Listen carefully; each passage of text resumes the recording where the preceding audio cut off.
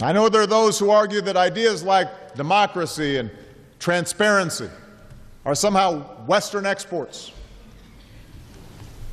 I disagree.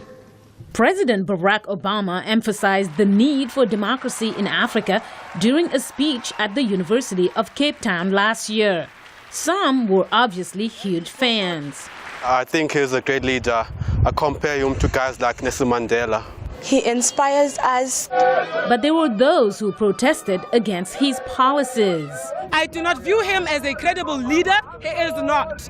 He killed Gaddafi, and the government of Gaddafi in Libya was a good government. Some argue the Obama administration has a double standard when it comes to rule of law and democracy. Critics point to Egypt, where the military toppled the democratically elected president and the U.S. failed to call it a coup.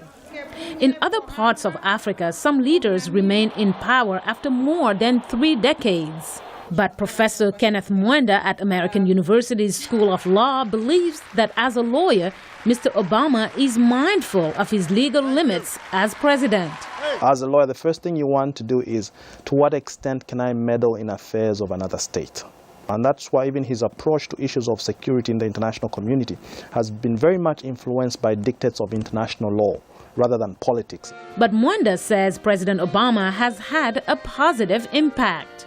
He had gone there to drum up support for foreign investment in Africa. And I think Obama should be commended for building up good relations now between the U.S. and a number of states in Africa and other parts of the world. Francis Cornegay at the University of South Africa says under Mr. Obama, not much has changed.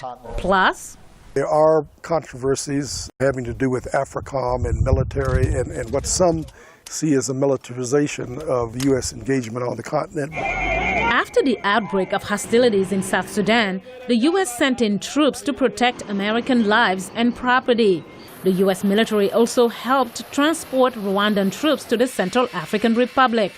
And the Pentagon deployed a small group of military personnel to help Somalia's government. They're helping with logistical planning, some operational planning, maybe some communications assistance. Even though the economy is expected to grow 6% in Africa this year, many still lack basic services.